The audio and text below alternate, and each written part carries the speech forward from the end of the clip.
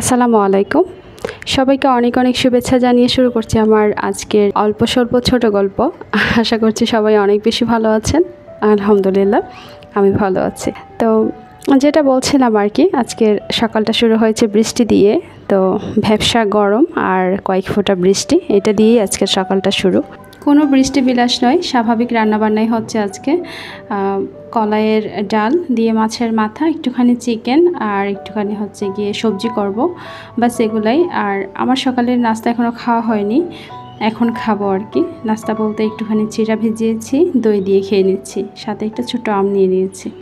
তো এইগুলাই আজকে আমার সকালবেলার নাস্তা। তো প্রতিদিন একরকম যায় না, আজকের সব কিছু একটু ডিফারেন্ট। ভাবলাম আজকেরটা ক্যামেরাবন্দি করে আপনাদের সাথে একটু শেয়ার করি। সব সময় যে সব কিছু একই রকম যাবে বা একটু পার্থক্য থাকবে না, এরকমটা না। আসলে এক এক দিনের ব্লগে এক এক রকম পার্থক্য থাকবে, এক এক দিনের গল্পটা এক এক রকম হবে, তাই না?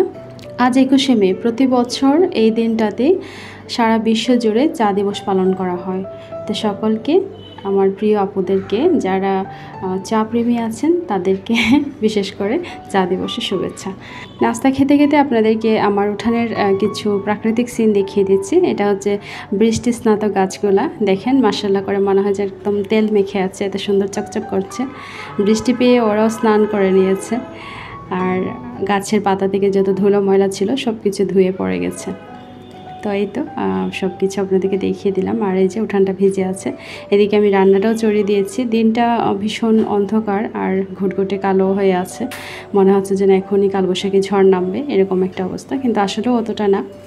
আজকে যেহেতু কলাই ডাল দিয়ে রান্নাটা করব, তো কলাই ডালকে একটু শুকনো খোলায় প্রথমে ভেজে নিয়ে তারপর প্রেশার কুকারে সেদ্ধ করে নিব। দেন রান্নার প্রসেসিংটা আপনারা স্ক্রিনে দেখতে পাবেন, আপনাদের সাথে অবশ্যই শেয়ার করব।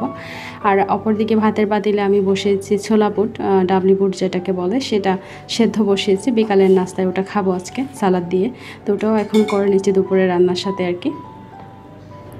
চায়ের উৎপত্তি মূলত চীন দেশে, আর গরম চায়ের আছে একটা দীর্ঘ ইতিহাস। প্রায় 5 বছর আগের নাকি এরকম একটা ইতিহাস তৈরি হয়েছিল, যে চা নিয়ে একটা গল্প প্রচলিত আছে। একজন চীনা সম্রাট গরম পানির কাপ নিয়ে একদিন গাছের নিচে বসেছিলেন। তখন নাকি কিছু শুকনো পাতা, গাছটা সম্ভবত ক্যামেলিয়া গাছ ছিল, আমি একটা গল্পে পড়েছিলাম এরকম। ক্যামেলিয়া গাছের কিছু শুকনো পাতা বা চা গাছের পাতা, এই টাইপের কিছু একটা হবে। তো শুকনো পাতা উড়ে উড়ে এসে, মানে বাতাসে উড়ে উড়ে এসে ওনার কাপে পড়লো। তো পরে সেই পাতা ভেজানো চাটাই নাকি সম্রাট খেলেন, এবং সেই পানীয়টা পান করে নাকি উনি অনেক মুগ্ধ হয়েছিলেন। এভাবেই নাকি গরম চায়ের সঙ্গে মানুষের বন্ধুত্ব গড়ে ওঠে। যদিও একটা এই গল্পটা কতটা সত্যি সেটা বলা মুশকিল, কিন্তু এটা তো সত্যি যে শত শত বছর ধরে মানুষ গরম চায়ের যে আস্বাদন সেটা নিচ্ছে, পান করে আসছে এবং মুগ্ধ হচ্ছে।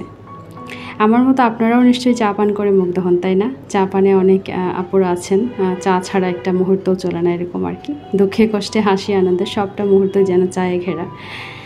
তো যাই হোক, আমি আমার রান্নাটা বসিয়ে দিয়েছি। আর ফোড়ন হিসেবে এখানে একটু 5 ফোড়ন ইউজ করেছি, আর একটু পেঁয়াজ রসুন এগুলো ফোড়নে দিয়েছি, একটু শুকনো মরিচ, আর তারপর হচ্ছে একটু বাটা পেঁয়াজ আর একটু গুঁড়া মশলা ব্যবহার করছি, এগুলোই। আর সামান্য একটু আদা বাটা দিব।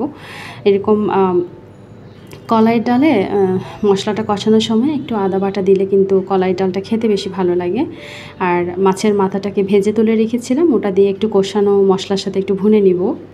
আর তারপর হচ্ছে সেদ্ধ যে ডালটা, সেই ডালটা দিয়ে আর একটুখানি ভুনে নেব আর কি। তারপরে পরিমাণ মতো পানি দিয়ে ওটাকে ভালো মতো রান্না করে একটু ধনিয়া পাতা ছড়িয়ে দিয়ে রান্নাটা অফ করে দিব। এই হচ্ছে কলাই ডালের রেসিপি। মানে আমি এভাবেই কলাই ডাল করি এবং এভাবেই আমার কাছে সবচেয়ে বেশি মজা লাগে।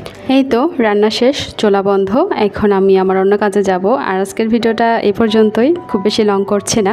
নেক্সট টাইম থেকে ইনশাআল্লাহ আর একটু লং ভিডিও পাবেন। সবাই অনেক বেশি ভালো থাকবেন, একটা লাইক দিয়ে দিবেন। আল্লাহ হাফেজ।